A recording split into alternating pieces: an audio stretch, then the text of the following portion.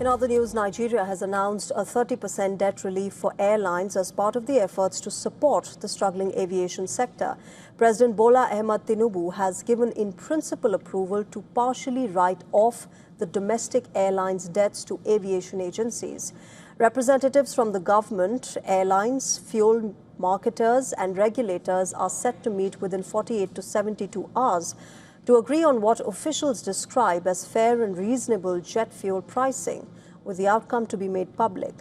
The move comes amid mounting financial strain linked to a sharp rise in jet fuel costs triggered by disruptions to oil shipments through the Hormuz.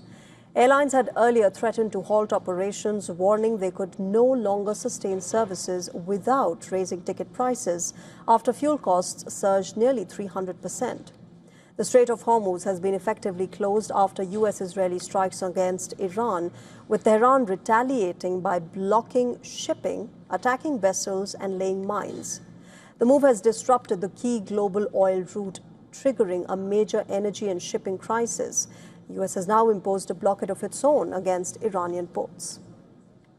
And for more on this, our correspondent Louisa Olanyi has sent us this report from Lagos, Nigeria. Take a listen.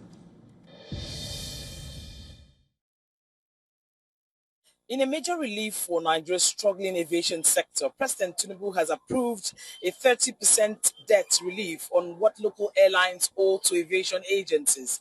Aviation Minister Festus Keyamo announced Thursday that the president also directed urgent talks involving airlines, fuel marketers and regulators to agree on a fair and reasonable price for jet fuel within the next 48 to 72 hours.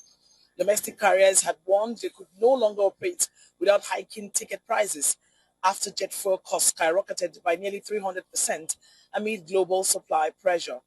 Airlines have welcomed the intervention, describing it as timely and responsive as countries worldwide roll out measures to cushion the impact of a deepening global energy crisis. From Lagos, Nigeria, Louisa Olanyi, WION The World.